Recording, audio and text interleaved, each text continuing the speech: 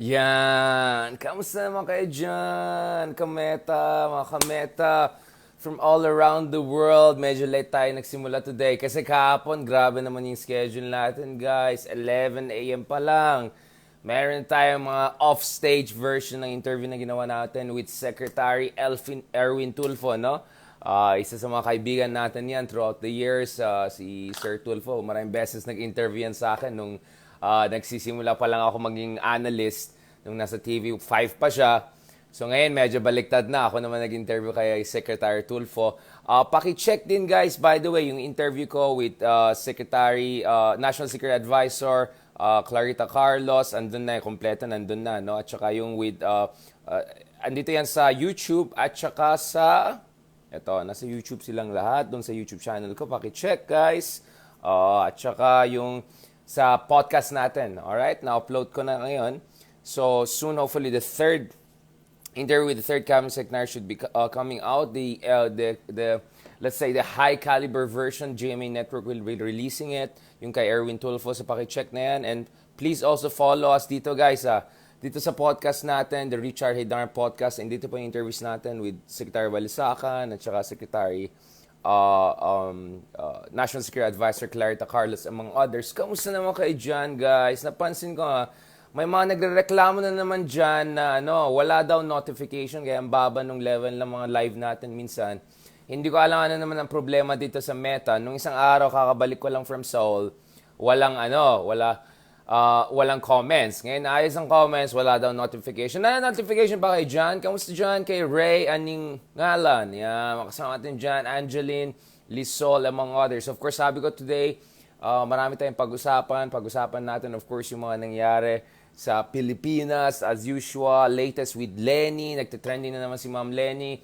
Tuwan-tuwa yata si Leni sa level of voluntarism na nakikita niya dito sa mga initiatives and projects niya. So, number one trending naman sa Pilipinas today, si opposition leader and dating Vice President Leni Robredo, no? At the same time, guys, mga kasama natin dyan, medyo pag-usapan natin also yung mga moves, mga big moves ni Pangulong Marcos dun sa China policy ng dating Pangulong, of course, Rodrigo Duterte. So, na-post ko dito yung article ko about that, especially yung reconsideration, negotiation of 3 major railway projects, no? Ito po yung pinakita natin kanina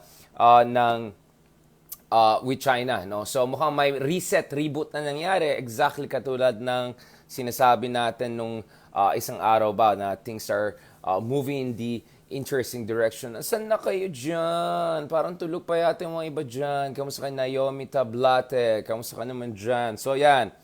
So, yan na guys. Paki-check yung mga interviews natin para makita niyo naman yung mga latest. Ito, long-form discussion to. Mga 1 hour long interviews na yan.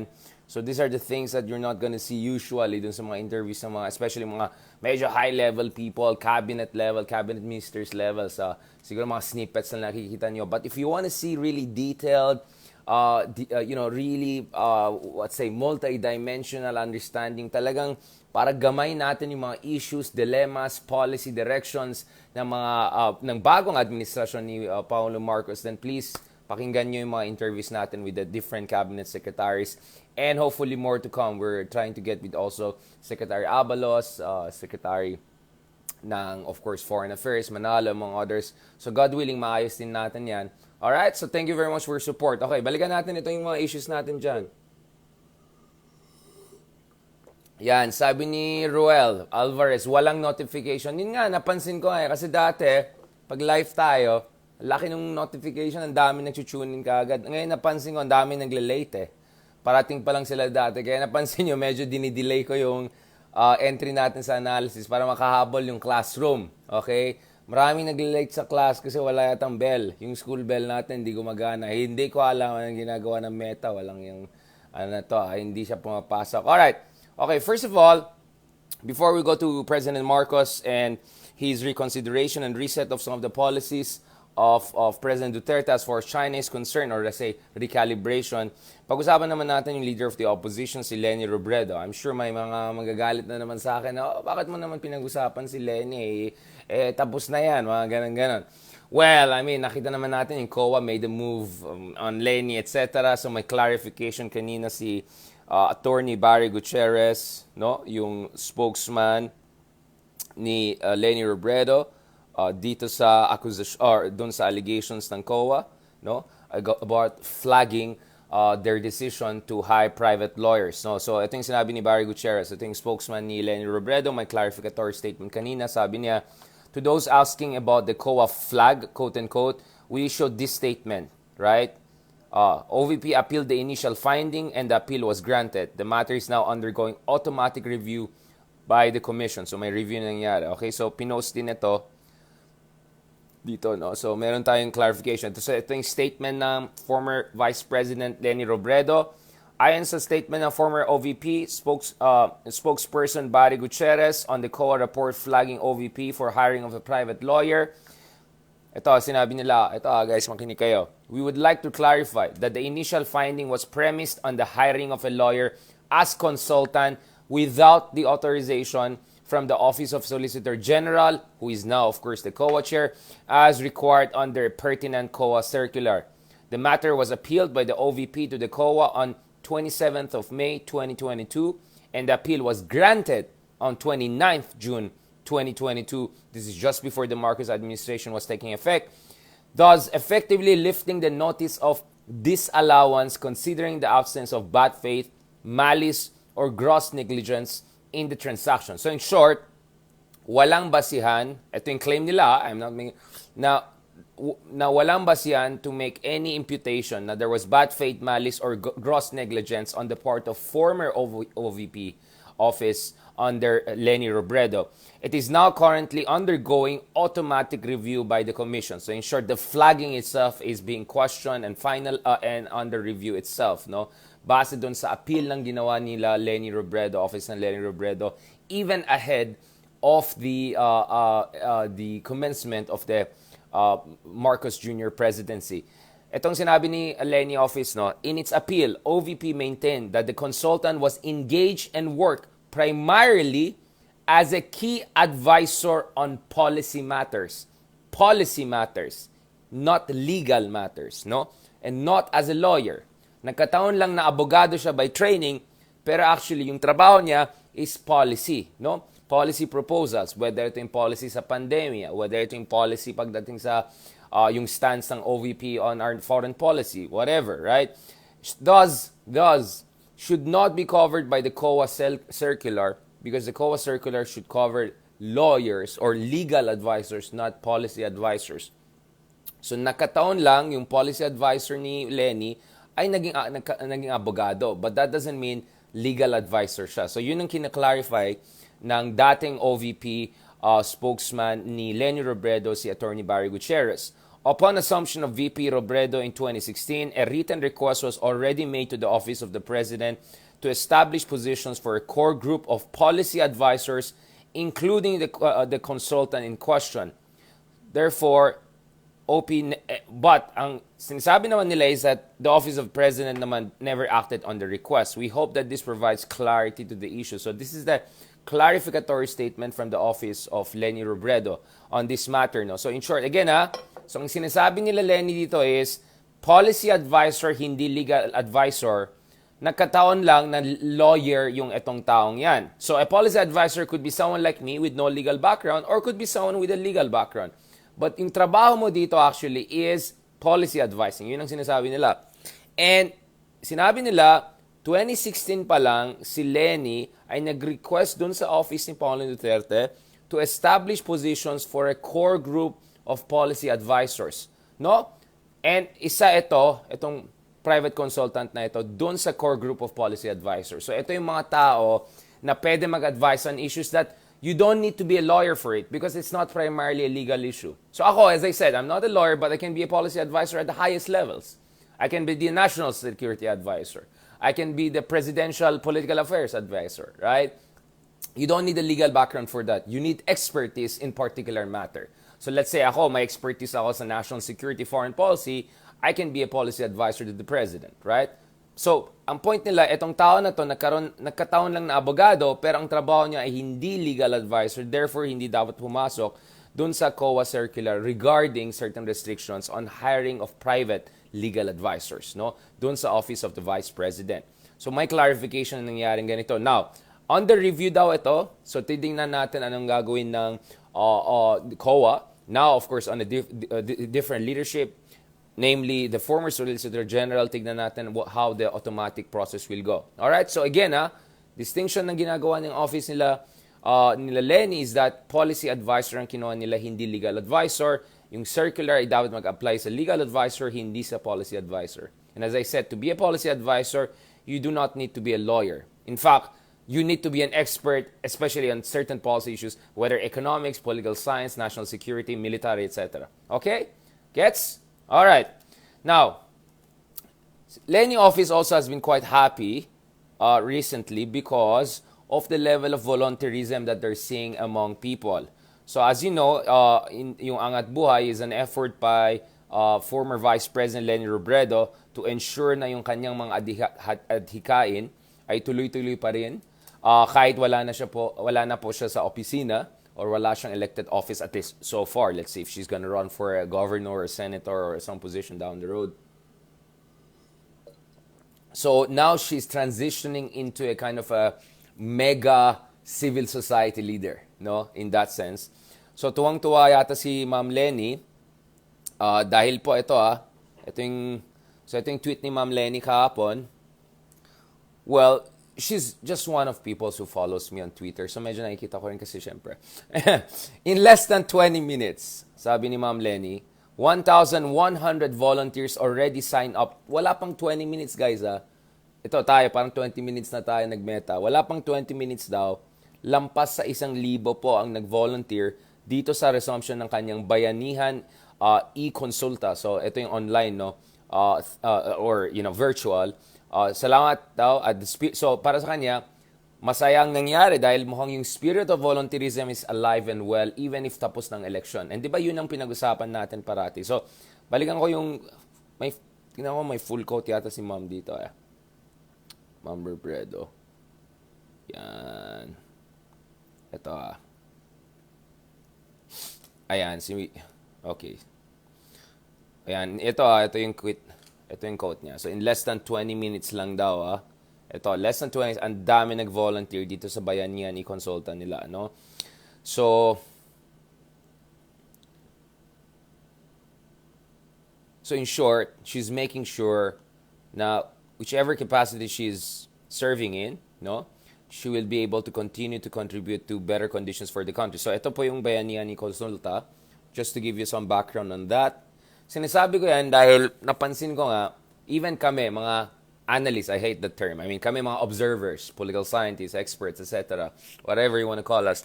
Mga marites, whatever. Pati kami minsan hindi namin alam, to be honest, hindi namin alam yung mga ibang initiatives ni Ma'am Leni. Even nung nasa power siya. As I said, minsan medyo kapos dun sa...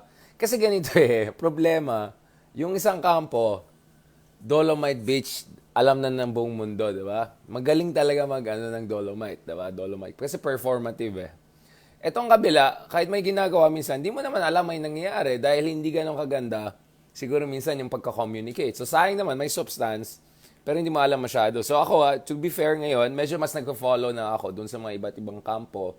Hindi lang yung mga nakikita ko na nag-trickle into the headline discussion. So ito yung bayanihan e-consulta ni Ma'am Leni, no? So ito So mabubukas pong muli ang bayanihan i-konsulta bilang paghahanda mga kailangan ng programa ng mga non-medical volunteers. So yung mga nag-volunteers, not necessarily doctors and nurses, para sa iba't ibang bahagi ng ating operasyon. No? So patient monitoring, program operations, tech support, call bridging agents, chat support, follow-up consultant. Nangailangan din ang bayanihan i-consulta ng mga volunteer doctors. So ito yung sa mga kameta natin, if ever, sangayon po kayo dun sa adhikain ni Ma'am Leni at naniniwala kayo na dapat tuloy-tuloy yung kanyang mga adhikain at kanyang serbisyo sa bayan, sa ilalim ng ganitong mga initiatives, then ito, mag-sign up na po kayo. Ito po yung nangyari. Again, I'm not taking a political stance on this. Para sa akin, any good initiative I'll support. Whether it's by President Marcos, whether it's by Leni Robredo, whether it's by Mayor Vico, whether it's by certain senator, I'm go on that. Full support ako. dahil hindi pa po tapos ang pandemya at saka medyo bugbog na po yung healthcare system natin. By the way, may tanong ako, meron na ba tayong health secretary? Parang OIC, officer in charge pa lang nandun eh, 'di ba? Parang hanggang ngayon wala pa tayong wala pa tayong permanenteng head ng...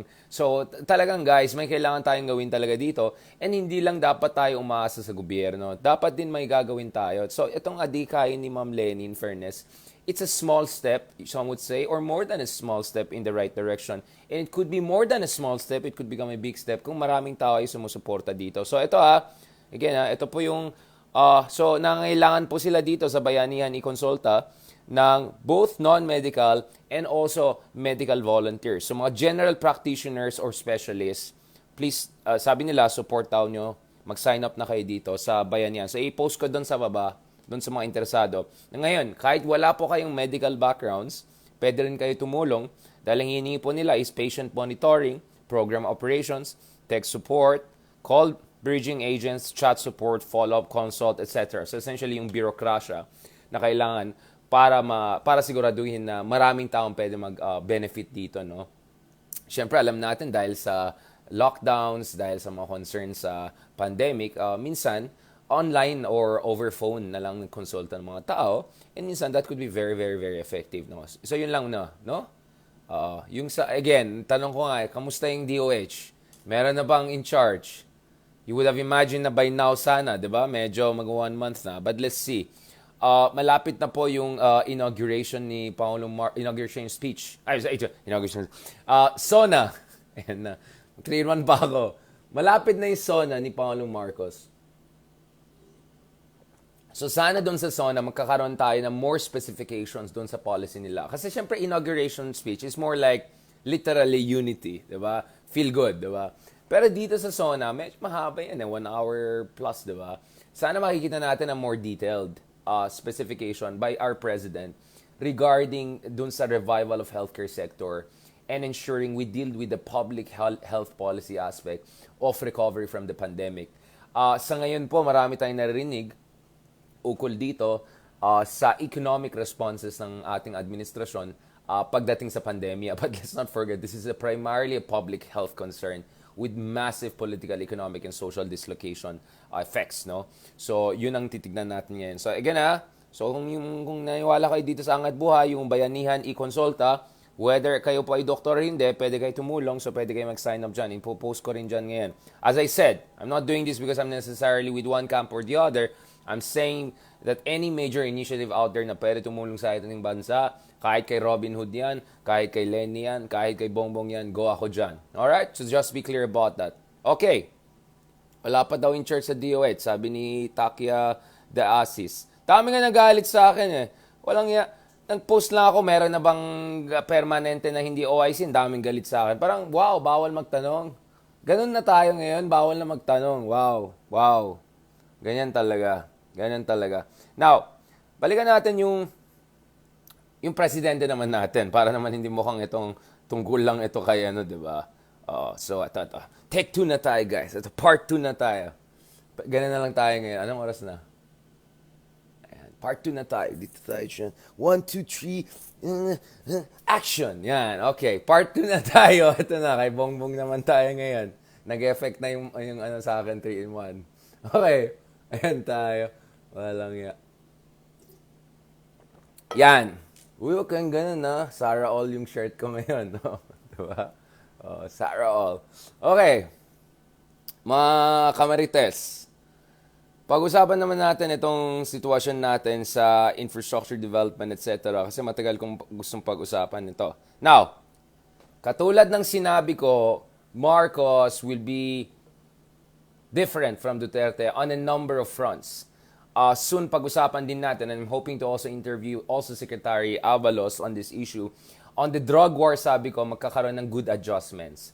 And my new statements recently naman si DLG Secretary Avalos na magkakaroon ng good, parang more due diligence dito sa mga drug war operations para mabawasan yung abuso, extrajudicial killings, at yung mga ibang concerns na na-raise with the drug war of President Duterte.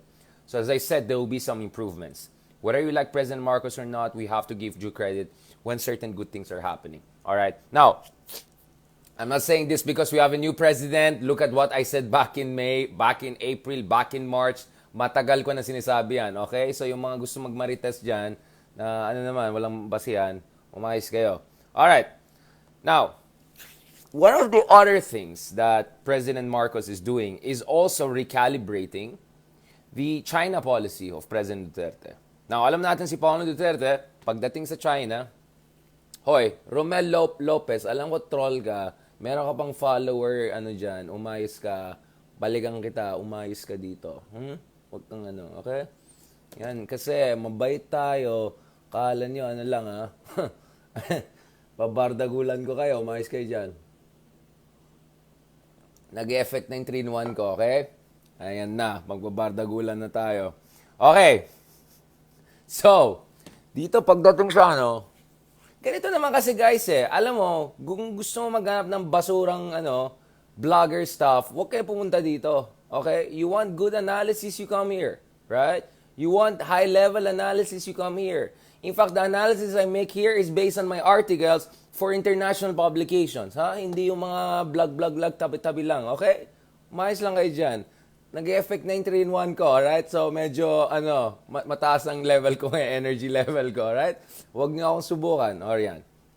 Okay. Kita niyo, wala na akong boses Walang ya. Okay. Balikan natin ito.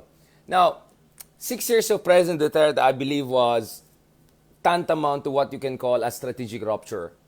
It was 6 years of soul-searching. Kumbaga, ano ba talagang mangyari sa atin, di ba? Sa Amerika pa rin ba tayo? Or tatay tayo sa China? Or sabi nga ni Tatay Duterte, kailangan natin maging independent. But the reality is this, nagkaroon ng confusion dito, no? In a sense that I think there was a proper reassessment of how much we should be entangled with the Americans. But I think in terms of diversifying relations, things kind of went off the rail, no? Especially when it comes to China. And almost with Russia. No? Almost with Russia. No? Now, my stance on Russia, I've written extensively on that. Pwede nilang Google yan, no? But dito sa China, as I said, I'll be absolutely clear about this. I'm all for economic cooperation with China. I'm all for people-to-people cooperation with China. I visit China regularly throughout the years. I was there just before the pandemic in Hainan when President Xi Jinping launched their own first China-made aircraft carrier, but the second aircraft carrier of China. No, kasi yung first one was really Varyag from Ukraine, no? So I was there and I've had extensive discussions with our friends and colleagues and people in China, right? So I have nothing against China on a personal level. I am all for cooperation. But, and this is where things get important, any form of cooperation should not be a springboard for concessions at the expense of our national interest. Any form of cooperation should not come at the expense of our sovereignty and sovereign rights in the West Philippine Sea. Let's be very clear about that. And any cooperation should not contribute to the infusion and penetration of corrosive capital into strategic sectors of our country. Okay, medyo blah blah blah English yan. But gets nyo naman yung sinasabi ko. Alam nyo na yan. In short, wag tayong magpabudol-budol. Alright? I'm all for fruitful mutually beneficial relationships with China. Pero wag pa tayo magpabudol-budol. Yun lang ang point ko parate. Clear dapat tayo dyan. Now, ang daming pangako sa atin nung pumunta si Pangulong Duterte sa Beijing noong October 2016. I followed all of this extensively because I visited China not long after President Duterte, explaining here, explaining there. So I've been following this, I've been writing on this, I've done interviews on this, so you can check all of them. They're available, a lot of them online for free. Okay? Huwag tamat. So everything I'm saying here is based on all of those years of very closely following these events, talking to officials at the highest levels, following the situation on the ground, off the ground, on the air, whatever you want to call it. Now, 6 years in, what happened is exactly what I warned against, which is mabudol tayo. Pledge trap ang tawag ko dyan. Right? It was not debt trap, but pledge trap. 2018 pa lang I warned against this. Right? 2018 pa lang I warned against this na magkakaroon dito ng pledge trap if hindi tayo maayos mag-negotiate. As I said, I'm all for investments, but make sure you get good quality investments or at least some sort of good investments at all, right? Sa dulo, walang masyadong nangyari. Ang dami pangako, walang dumating. So parang nangyari din dyan, Parang yung in-order mo sa Shopee, tapos yung dumating sa Shopee, ayan, ganito. Walang dumayan. Ayan tayo eh. Or, ayan eh. Kasi debt trap is yung sobrang dami ng investment pero sobrang taas ng interest rate at dodgy. Wala nga nangyari masyado investment to begin with eh. In the meantime, nag-soft pedal si Pangulong Duterte sa West Philippine Sea. May kapalit yun. Yung pangako na yan, may kapalit. Kaya hindi lang siya pledge, it's pledge trap. Kasi nag-isip siya, nag-expect siya maraming investment. Naging mabait siya sa West Philippine Sea. Naging maraas siya sa US. Ano naman after 6 years? Now, in fairness to the Marcos administration, they're kind of recalibrating that, no? So they have been doing a number of recalibrations on the infrastructure and economic fronts, including dun sa Ecozone proposals dyan sa Clark. First day pa lang may veto na si Pangulong Marcos doon. Good decision, I support that. But then again, we have to recalibrate it. Okay? So again, kasi yan ang problema guys eh. Kung nakikinig kayo sa mga walang kwentang vloggers, mga ganon, they will just give you one side of the story and then they'll destroy the other side. I'm explaining to you, I am all for cooperation, pero hindi yung magpabudol tayo. Okay? Anong mali doon? Okay? Paki-explain nga sa akin, ano yung mali doon? Wala eh. Walang mali doon, di ba? Gusto niyo magpabudol, go ahead, di ba? Sa bagay, I mean, 3 to 6 months. Okay, ito na naman tayo. So, in fairness under the Marcos administration, including some officials who served under the previous administration are now in this administration, are doing a good job now. So, in the past week, we had these clarificatory statements and all coming from very top officials, including yung kaibigan natin, si Undersecretary of Railways, Cesar Chavez, who used to be Chief of Staff of Isko Moreno. No? So, doon ko nakilala si Sir Chavez. Kasi po, siya yung Chief of Staff. So, mag-interview, meetings with Isko dati, siya yung nagpa-facilitate doon. And I think Sir Chavez also used to serve as USEC under President Duterte, but I think it's a different department. Was it DNR or something like that? I have to double check that. Anyways, in fairness kay Sir Chavez, no, he made it very clear na may malaking problema dito sa 3 major infrastructure projects na pangako ng China. Yan, daddy na tayo. Basahin natin to. So, ayon sa kanya, parang may problema dyan kasi yung Beijing repeatedly failed to act on repeated financing requests. Kumbaga, na-approve yung project, pero wala yung pera na ina-approve. Kasi dapat nga, kasi ODA dapat yun, Official Development Assistance, or dapat China financing yan. So, ito yung mga projects sa ilalim ng bill ni Pangulong Duterte. So, alam ko marami sa inyo natutuwa sa Dolomite Beach. Good for you. But let's talk about real stuff here, which is infrastructure development. Now, ito so the negotiations for this big-ticket Chinese infrastructure project. So, this involves... Okay, let me go clear through the numbers, no? Dapat focus tayo. We really go through numbers. Okay. So there were 27 deal signs between China and the Philippines during President Duterte's visit to Beijing in October 2016. I'll have to be very clear about the numbers. So in October 2016, China originally agreed to provide $9 billion in soft loans, including a $3 billion credit line with the Bank of China, with a further $15 billion, dollars, hindi renminbi, hindi, yung 1,000 peso ng central bank na hindi mo ma-fault, walang with a further 15 billion worth of direct investments from Chinese firms in railway, port, energy, and mining projects. Ulitin natin 27 deals ang inoffer ng China kay Pangulong Duterte noong October 2016. $9 billion in soft loans, meaning very low interest rates, including a $3 billion credit line with the Bank of China, so state-affiliated bank, with a further $15 billion worth of direct investments from Chinese firms in railway, port, energy, and mining projects, right? Now, dito pumasok ang problema. Walang clear timeline.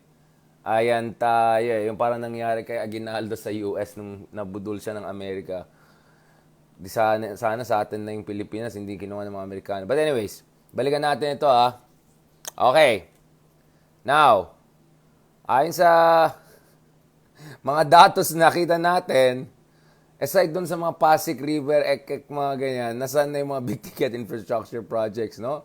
So medyo, ayan tayo. So far, projects worth $5 billion almost, no? Para na naging defunct na, or there's an effort to reactivate them dahil wala pang pumapasok na pera dyan, funding whatsoever.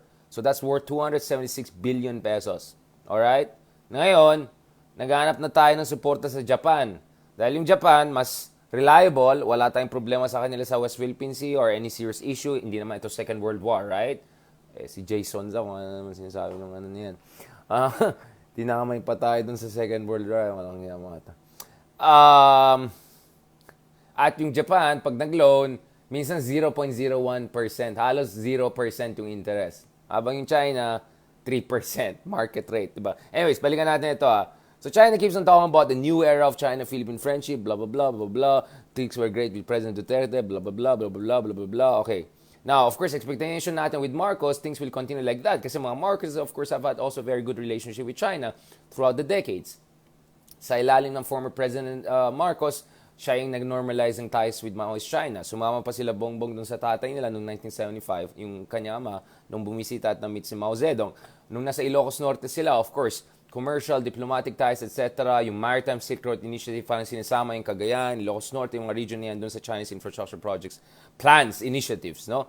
So, all of those were there, no? And in fairness naman, yung bilateral trade natin has reached $61.2 billion, no?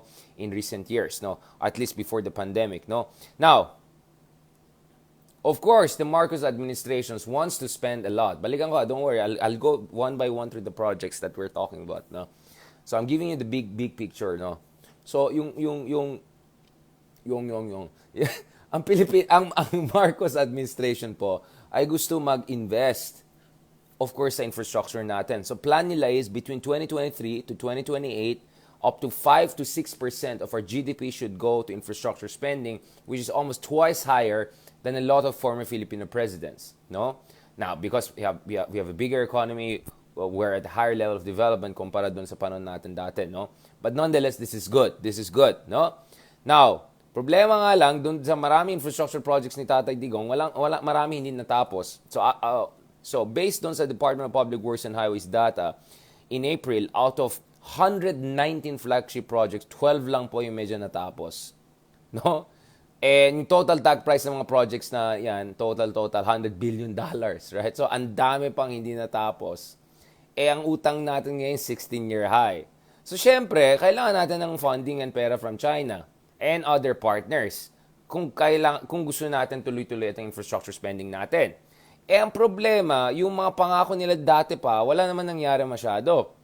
Kaya nga, sinabi natin, parang kaysa debt trap, where countries are drowned in unsustainable debt, parang nangyari dito is pledge trap, a series of empty promises that convinced the former Philippine presidents to soft pedal on the South China Sea disputes, no? Ito kino-quote to finance minister natin ngayon, dating central banker, dating budget secretary oversaw Bill, no? Si Benjamin Jokno mismo nagsabi, walang masyadong nangyari. Ito, let me get the exact, kasi Tagalog niya sinabi Ito, maraming pangako pero di masyadong nakadeliver. Ayan sige, troll niya ako. Talagang wala talaga di ba? Yung mga ano lang yan, yung mga four lane ginawang 2 lane tapos purong yun lang yung mga nagawa. Ayan tayo dyan So, out of 119 projects, 12 lang natapos, $100 billion yung tag price, tumaas yung debt natin, pero gusto pa rin gumastos ng administration na to up to 5 to 6% of our GDP on infrastructure spending to generate jobs and growth. So how do you square the circle? This is kind of a difficult situation, right? Kaya nga, sabi ni Marcos, na strongest partner natin in China sa economic investment and all, but that's more like aspirational rather than reflective of reality because we're beginning to see, so ito mga projects na pinag-usapan natin 3 big ticket projects ito, halos effectively naging defunct na kasi walang funding na pumapasok. Subic-Clark Railway Project, Philippine National Railway Project, South Long Haul Project, and Mindanao Railway Project, MRP. No? So, China had involvement in 3 of these projects. Kamusta naman dyan?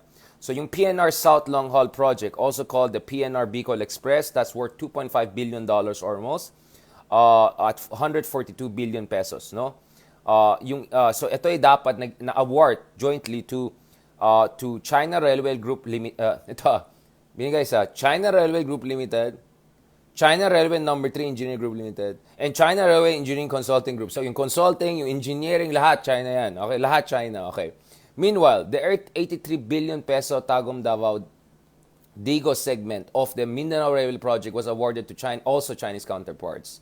And then you also have the 51 billion pesos, so that's almost $1 billion, yung Subic-Clark Railway project na dapat high speed, na binigay sa China Harbor Engineering Corporation. Alright? Now, anong petsa na? Anong ambag natin? Oh, ito yung sinabi ni Chavez, under USEC natin ng Department of Transportation. In short, China backed out. Ito yung sinabi niya, this is the exact quote. I'm just reading it, no?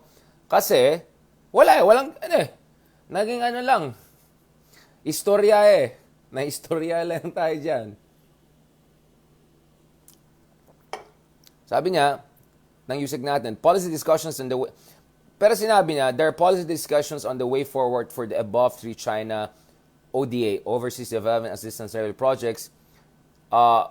Pero yun nga, kailangan pa i-renegotiate yan no? At interestingly, lumabas pa yung dating Finance Secretary natin si Sonny Dominguez, na kaibigan ni Pangulong Duterte, at nag-warn siya na ayusin yung negotiation na yan para sigurado yung interest rate hindi masyado mataas. Otherwise, kawawa ang Pilipinas kasi kung mataas ang interest rate ay ibibigay ngayon, wala nga nangyari. So kung ngayon, renegotiate, tas mataas yung interest rates, delikado tayo dyan. Kasi ngayon, the situation is even worse dahil mas marami pa yung utang natin dahil sa pandemya.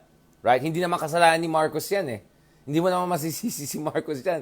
Pumasok lang siya ngayon, di ba? So, yan ang problema nila ngayon. How can you build infrastructure kung first of all, hindi reliable, tapos ngayon gusto maging reliable, tapos ang taas na interest rate, di ba? So, ayusin niyo yan. Mahirap yan, guys. Mahirap yung situation ni Marcos ngayon, di ba? Kaya kailangan nila renegotiate yan. Now, to be fair naman, yung Chinese Embassy nag-release ng statement. So, ito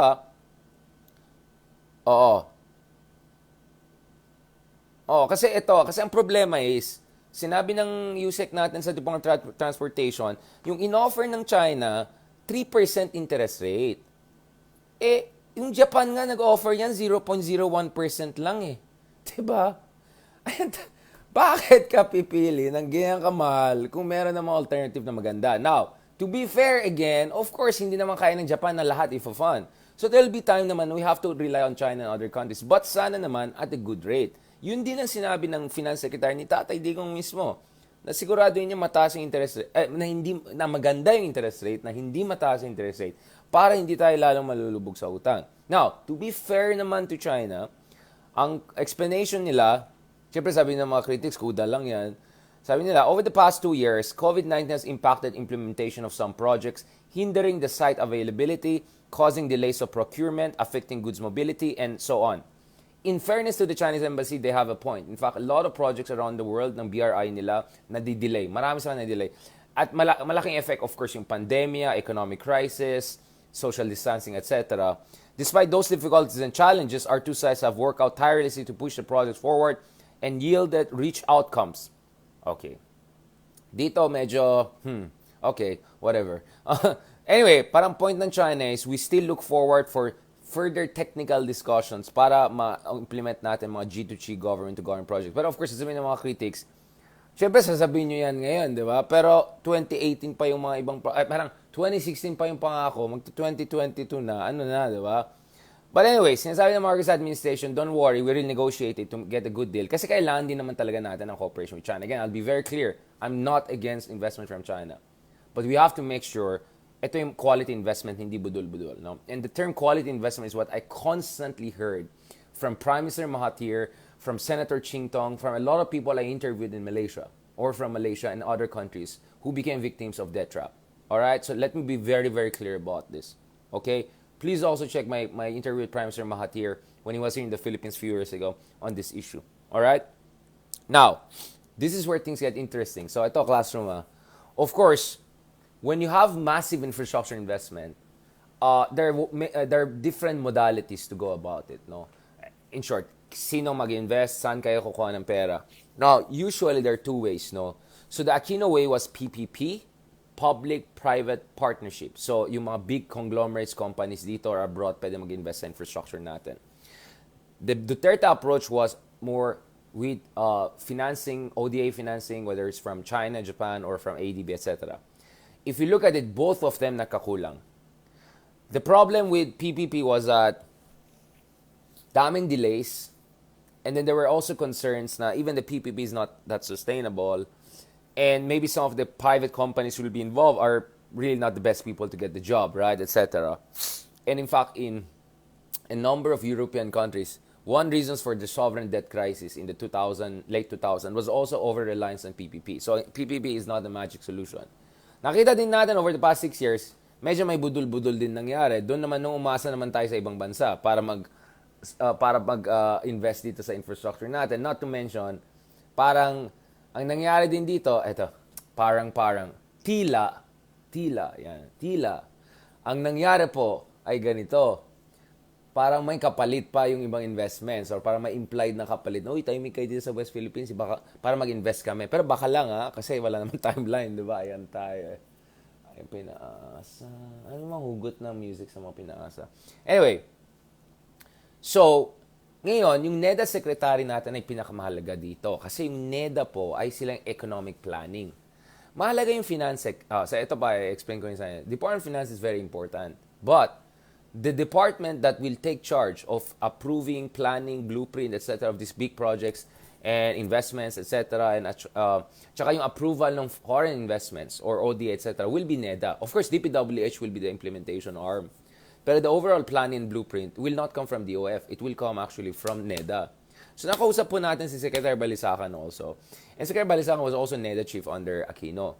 And para sa kanya, siguro ang pwedeng gawin ngayon is i-mix up mo both PPP and siguro ODA, etc. para magkakaroon ka ng balance. So you balance out the weaknesses of each. You don't over-rely on each of them. So you kind of synthesize it, right? And split the difference in that sense. No? So ito po yung sinabi ni NEDA Secretary. No? We will continue build. So we'll consider all possible sources of financing. No? Ideally, we would want the PPP, public-private partnership, to consider the list of solicited public investment projects, and our immediate concern is to expand that list, update it, make it responsive to the private sector and the needs of our country. But at the same time, of course, we're open to unsolicited to the extent that it does not distort, the unsolicited project does not distort, for example, the infrastructure roadmap. No? So, yun nga kasi iba rin yung, minsan, ang problema, may project, napaka-risky, delikado for private sector, ayaw pumasok. So, wala kang choice. Yung government or ODA yung dapat pumasok. Do you get what I'm saying? So, you really have to mix it up. You have to really, parang alchemy yan No? Yes, as technocratically. Parang alchemy yan You have to mix it up to get the right mix on that. So, ako, my best wishes to the Marcos administration on this front, meaning getting the infrastructure financing part right. Because they want to keep infrastructure spending at 5 to 6% of our GDP. They want to bring down our budget deficit from 6, 7, 8% down to 3.5%. They want to also, you know what I'm saying, you cannot do all of that at the same time. We will have to get help from here and there. So sana maayos ang gagawin nila dito. Alright, so ito okay, no bad vibes, no balaura, okay? I'm trying to be as professional as possible with this, and I have my best wishes for the new administration in handling these issues because I felt may pagkakulang talaga yung mga dating administration. Either kulang, either nabudol, either delayed, etc. And this is not exactly... So, hindi lang yung isang president na kamali. So, in fairness naman to President Duterte, he increased the infrastructure spending as a share of our GDP. In fairness naman sa admin niya, diba? But yun nga, medyo... Alam nyo na, diba? Alam nyo na. Okay. Yung data naman, malinis sila pagdating sa, parang mga Aquino administration, very clean in terms of their approach to infrastructure spending and all, but sobrang delayed yung iba nagsimula, ganun. So, kaya tuloy wala silang masyadong makipakita in terms of infrastructure achievements nung tapos ng termino ng dating presidente natin. Tuloy, madali para kay tatay ito sabihin, wala mga to, walang kwento, wala silang nagawa. But in fact, marami mga project nagsimula kay Aquino, tinapos ni Duterte. And yung marami na rin hindi natapos ni Duterte, pwede tapusin ni Marcos, but he has to get the mix right. Alright, thank you very much dun sa mga kasama natin. Yun nga parang meron tayong notification problem dito, no? Parang hindi nyo yata nakikita kung nasa live na tayo. Hindi ko alam gagawin ko dito Mag-subscribe na lang kaya hindi, meron yung isang option, di ba? Yung parang i-star mo yung following or something like that para siguraduhin na notify kayo. Walang yan tong meta na to. Paiba-iba siya ng style kasi kaya hindi ko alam nangyari dito Anyways, thank you so much dyan sa mga sumasali sa atin. Thank you kay Judith Grosvet Thomas. Yan. Buti on time. Ayan. At para sa kanya, at least nag-notify yung sa kanya. Yung iba wala naimbag nga Rabi, Ken ka, Prof. Richard. Si Karen Kapsat, thank you very much, August Gurdov, for joining us. Watching from Taiwan daw, si Hampas Lupa. Is that, I'm not sure that's the real name. Okay. Yes, yeah, for joining us. Yeah, yung sabi naman ni Rovelin Catalogo, wala naman notification. Nga, hindi ko alam nangyari dito eh. Kaya minsan pag nag-start tayo, konti lang tao eh. Tapos later na lang, sumasali yung iba. Alright, thank you kay Seria for support, for kindness. Ayan, very kind of you kay Theresa Babel or Babel. Thank you kay Fanny San Miguel, ma'am, for joining us again. Very supportive yan si ma'am. Si Ma'am Fanny, parang both. Yung iba sa inyo nga, both meta ko, naabutan nyo kahapon na meta 1 and meta 0.5 and meta ano. Kasi morning na eh. Meta 0.5 and meta 2. Alright, thank you kay Dominic Trinidad, kay Jean Pell, very kind of you for your support. Ayan, si Sean Makalala, friends natin dyan from Australia joining us. Kay Ayanga, thank you kay Margaret Rodriguez. Medyo late daw, but at least nandito kayo. Don't worry, minsan ginagawa ko, pinapahaba ko yung introduction para may time na pumasok yung mga estudyante, diba? Kasi sayang, baka ma-miss yung point yung key points. Pero yun nga, so, I'm glad we had some technical discussion today para medyo ma-appreciate natin what are at stake. Kasi guys, billions of dollars ang pinag-usapan dito, guys. Trillion pesos potentially kung natapos lahat ng projects na yan. So, hindi tayo pwede maging mangmang dito, diba? Huwag tayong magpabudol-budol or huwag tayong magpaloko lang sa mga propaganda, ganun. Thank you kay Kea Ong for joining us. Very, very kind of you. Thank you kay my Ma'am Jocelyn Lomberio. Talagang the best yan si Ma'am Jocelyn. Very supportive of us, true and true. Yun eh. O baka Ma'am Jocelyn, gusto niyo dun sa, mag-sign up kay Leni. Yun siya, di ba? Thank you kay Maria Esmeralda. Buti ka pa, alam ang distinction between policy advisor and legal counsel at iba pa. Ayan, thank you. Of course, malaking difference naman yan. Kaya i-clarify dapat natin yan. Thank you kay Christian Joy Cruz. Thank you kay Adnil Casbro. Thank you kay Rizal Amper. Salamat sir for joining us and your kind support. Yun eh. Good evening dyan kay Riz Ani. Yun eh. Yun eh. Si Rose Oy. Yun eh. Fire. And dyan si Ma'am Mai Marcelo, kaibigan natin dyan. Yun eh. Thank you kay Pinky Federogao. Ayan, sabi ni Angelo, neutral ka daw. Neutral lang. Ayan tayo eh. Parang may may konting asar ng konti dun sa comment na yan. Lang ya. Thank you kay Rina Araujo. Thank you very much. Very kind for you to support us. Thank you kay Main SC. Uy, kamusta naman dyan? Mga friends natin dyan from Saudi, Bahrain, Kuwait, yung mga gitnang silangan. Hopefully, punta rin tayo doon soon ha. Tsaka yung mga friends natin sa Europe. Sa Europe. Meron ba tayo dyan friends sa mga Baltic, North Europe? Hi naman dyan sa inyo. Baka naman. Diba? Baka naman. See you soon, diba? Ayan, si Romel Lopez, troll talaga yan. Balikan natin yan ha. Bahala kayo dyan. Bahala kayo dyan. Ayan tayo. Walang ya. Ayan, papansin daw, sabi ni Karen Mobo. Yun eh. Si Grace Kitayama. Ayan. Grabe naman, 3-in-1. 3-in-1 yan, legit yan. Grabe naman kayo mag-comment. Natuwa, kasi nagkikick in. Nakita niyo yung una sa serious low bat. Tapos bigla nag-high bat, nagbabardagulan na. Yan palang effect sa akin. Pag high energy, naging bardagulan. Pag low energy, nagiging respectableng tao. Mia Fresnindo, thank you very much for joining us. Very kind of you. Ayun eh. Thank you kay Tintin Airbnb. Yun, no? Mag-TikTok na lang. Ayaw nga. Na-miss ko na mag-post sa TikTok. Kasi dami natin ginagawa. Tapos nagpo-podcast pa tayo. Nag-upload ulit. Tuloy yung TikTok natin. Di natin na-upload. Sayang pa naman. Ay, malapit na ang sauna.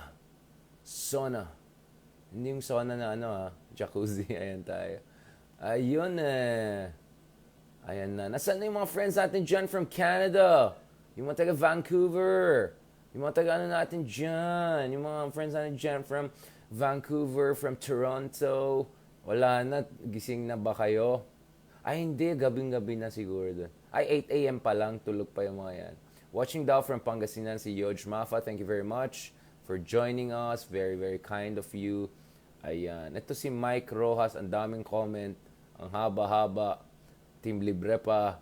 Ayoko na mag-reply. Mamaya na tayo mag-usap, pare. Meron tayong dyan. Special edition. Ayan tayo. Ayan, mga ka-unity.